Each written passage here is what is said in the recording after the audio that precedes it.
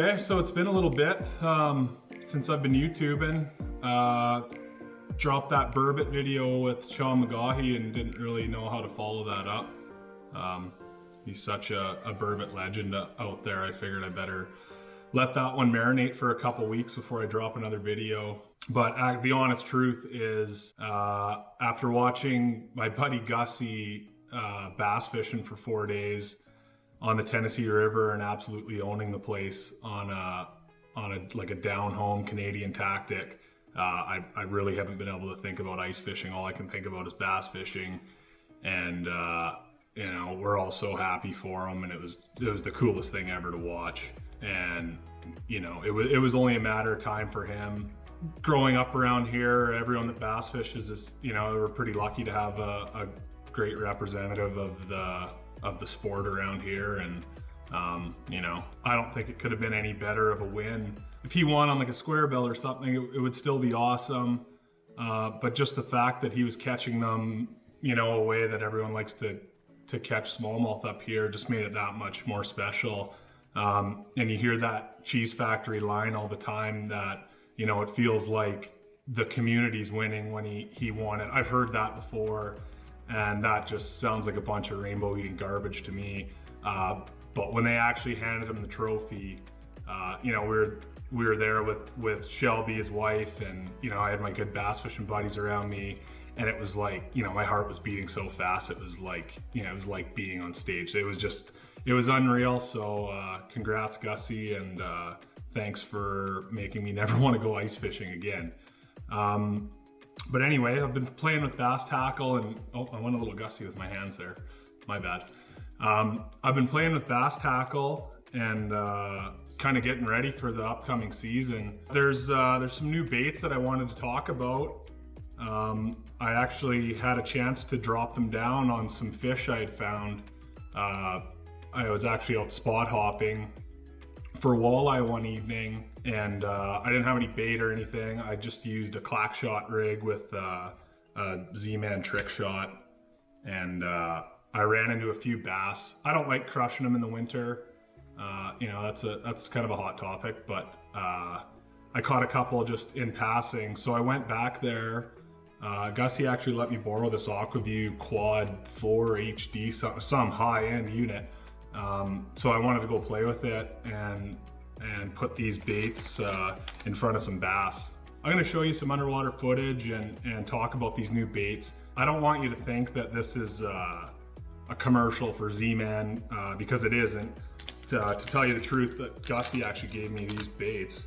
You know, I knew they were coming, and Brian and I looked at the order sheet at sports headquarters and ordered a pile of these new ones because they just jump out as awesome baits to be around here. So yeah, they actually didn't even come from them, so I'm not getting paid to do this or anything. They just have deadly stuff, and figured I should share it a little bit. So anyway, found this wintering spot for smallmouth, and I just cut my hooks off and just wanted to see how these baits looked underwater, and you know, kind of check them out and record a little bit of footage on that Aqua-Vu, which is a total disaster, by the way. Like, I know some of the underwater cameras have like a little micro SD slot and you can just hit record.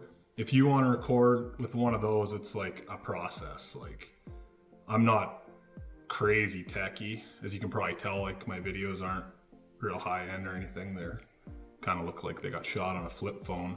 But yeah, I was into the manual. I was watching other lube tubers, and I finally got it figured out, and that camera is sweet. Like, it's super high def, and I could definitely tell what was going on. It's got the 4 cameras, so it's like 360. So the first bait I dumped on these wintering smallmouth is a bait that I've been real excited for since they released, I think they did a press release on it last fall. It's called a darterz.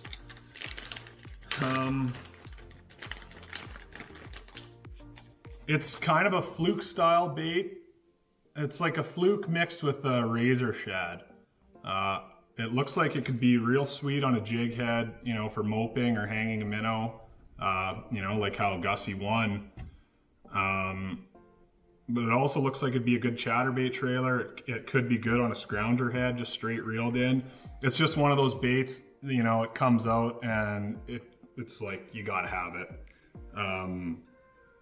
So yeah, like check it out underwater. It's unbelievable. The hanging technique, you know, with styles of baits like this, really hinges on the buoyancy of the bait. So, I mean, I've seen baits kind of shaped like this before, but I don't get excited about them because they're not, you know, they're not Z-Man. They don't float, so they're not going to float perfectly horizontal like this one does. You can just see and just kind of how natural it sits, and any action at all you impart on it, just like, it just looks really lifelike. And you know, the bass definitely saw it. These ones I'm messing around with aren't, they're not chasing big schools of smelt right now. Like, they're just kind of waking up from wintering mode. You know, they mill around a little all winter, but these ones are in like 40 feet. It's not like they're up crawling on top of a hump, and you know, you could catch them if you dropped like a jigging spoon on them. And you know, the odd one came in and checked it out and took a little nip, but more just wanted to show, you know, how cool that action is. This thing's definitely going to be around for a long time. Yeah, and actually I didn't get any underwater footage of it, but I cut one down. I cut it just above the rib, so my hook shank came out just in front of that rib, and it still sat really nice. It's a really long, slender profile, so cutting it in half, you know, sometimes if you cut like a 5-inch jerk shad in half, I'd end up with just a huge bulge at the top of my jig. But because this one's slender, it still looks good, it still looks natural, and you know, I'm sure that'll have some applications too. Yeah, so definitely look awesome. They're going to be good for lake trout, I promise you that, and big walleyes too, I would imagine. Yeah, so I mean, people probably kind of wonder, like, what are you doing? Like, this new bait comes out, you could probably just go take it and win a couple tournaments with it right off the bat just from having this. Why would you tell everyone? You know, especially if Z-Man's not paying you to. Well, I mean, I don't mind sharing a little bit of stuff. Pretty much everyone uses the same thing out here anyway. There's a lot more to the hanging, deep water, vertical smallmouth fishing that meets the eye. You know, I'm sure a lot of people watching this watched Gussie on the Tennessee River in the last elites and just saw him standing there like holding his rod, like just looked easy, like, oh yeah, just drive up and float around and, you know, catch a bunch of big smallmouth. Well, there's a reason that he was the only person in the 100-boat field that could figure that out. There is so much more than meets the eye to this technique. Boat control is huge, especially like he was fishing at current, so that's even another level. But boat control is massive for this. You have to be able to read the break. Sometimes they're running smelt like on cliff spots, and sometimes they're super specific to a boulder, and there's so much more to it than just a bait. You know, having a new cool bait is definitely going to help, but it's not the whole battle. I mean, you have to be dialed in on your electronics, and you know, you have to be able to respond to how the fish are reacting to your bait, because it's not the same every day. So yeah, that's why I don't mind sharing this bait, because I know how hard it is out there to learn this technique properly. Like I said, it's not just a matter of wheeling up and marking a few fish, hitting spot lock, dropping it down and filling the boat. There's a lot more to it, so we'll go into that at another time, but that's why I don't mind telling you about this new bait that's guaranteed going to be deadly. I promise it's going to weigh some bass in. It's similar to the jerk shad, but it's just exciting to get another bait, you know, that you can use for that technique. So the next bait that's going to be a killer up here is called the baby goat. Essentially what it is just a small craw grub, really. And it kind of just looks like any other Ned bait, you know, when you look at it. But what's cool about this bait is it doubles as a little swim jig too. It's going to be good for just chucking out, letting it hit bottom and slow winding it in, banging it against boulders and scrubbing it off the bottom. You know, the other aspect to this bait is it's just a little kind of like a Ned style bait. Like you can be reeling it along like you're using a swim bait, and then all of a sudden you say, I want a Ned rig. Boom, let her go to bottom. Stands up like a beauty. This is on a weedless wide gap hook. This is a new one for this year. It's a wide gap Ned lock, I think it's called. I'll link it below. I put it on here and dropped it down and checked it out on the Aqua-Vu, and you know, let a few bass take a look at it, and they were obviously interested in it, and you know, once the ice goes, they're probably gonna muck it pretty good. But yeah, it's gonna be a sweet little bait. There isn't any salt or scent in it. I'm kind of a fan of salt in my baits, but I mean the minnow lineup doesn't have any salt or scent either, and you know, fish eat that as good as anything. So, and not having salt in these also lets them float a lot better. Like I've got, you know, when the Ned rig first came out, people would be so concerned about having that super light wire little hook in there because they wanted Ned to stand up.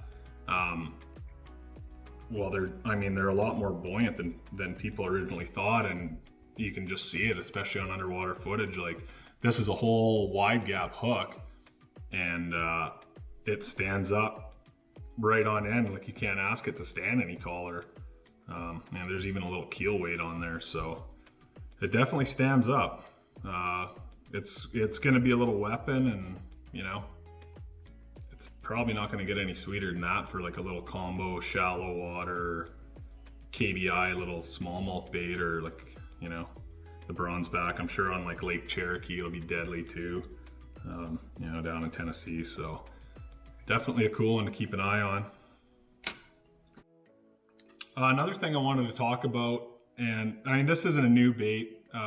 They did just drop a new drop shot bait called the long shot, which looks really sweet too. It's kind of like an Elastec California worm style. It's going to be really nice. The colors are really nice, and I actually don't have any of those yet.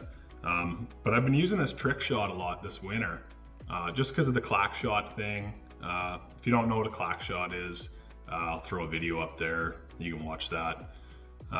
It's kind of a cool thing.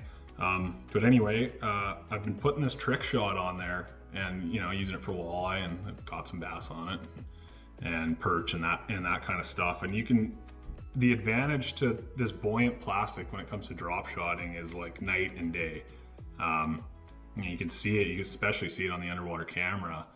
You drop the stuff down there, and even on slack line, your bait just stays and hovers there, and like they cannot resist it. It doesn't fall down like a regular plastic would. If anything, these trick shots actually float up a little, which may hurt a little. Like it'd kind of be nice if they sat perfectly horizontal all the time. The long shot's got a little less meat to it, so it'll probably sit a little bit better. But the bass just can't resist this thing. You put it on that clack shot, it calls them in, and then you just stop it and just impart the action on the trick shot, and they muck it. It's like, I could have caught a bunch of bass on that spot if I had a hook in here and wanted to catch them. That clack shot, I had originally designed it for ice fishing, and you know, the more I use it and the more I see its powers, you know, of attraction, the more I think it's going to transition into you know, deep water fishing, and going to have its place in the walleye world too. I've kind of slowed up on making them a little, and I've still been making myself, and I only have so much time. So the last couple hundred are going to sports headquarters this week, and you know, after that it might be a little while. We're working on a couple different designs, and hopefully can mass produce them a little bit better so everyone can get their mitts on them. So other than that, I should be ice fishing right now, not talking about bass fishing, but that's all I want to do. I'm waiting for the ice to go on the Rainy River. I've got a boat ready to go for that. I'm still waiting for my bass boat to rig. That should be here next month, but yeah, once that ice goes on the Rainy, I'll be dropping in there for some walleyes, and you know, open water dreams are coming soon. Thanks for watching. You can grab all this stuff at Lake of the Woods Sports Headquarters in Kenora, Winnipeg, or go online at sportsheadquarters.ca. Got good shipping policies, the best prices on it. most of the Z-Man stuff's $5.99 a pack, I think. So you're not gonna find better than that anywhere. So check it out, hit the subscribe button, maybe fire me a like, and we'll probably see you for ice fishing next time. Take her easy.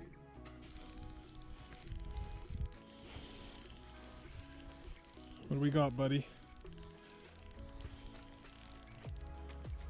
What do we got? That's not the right one. Not the right season.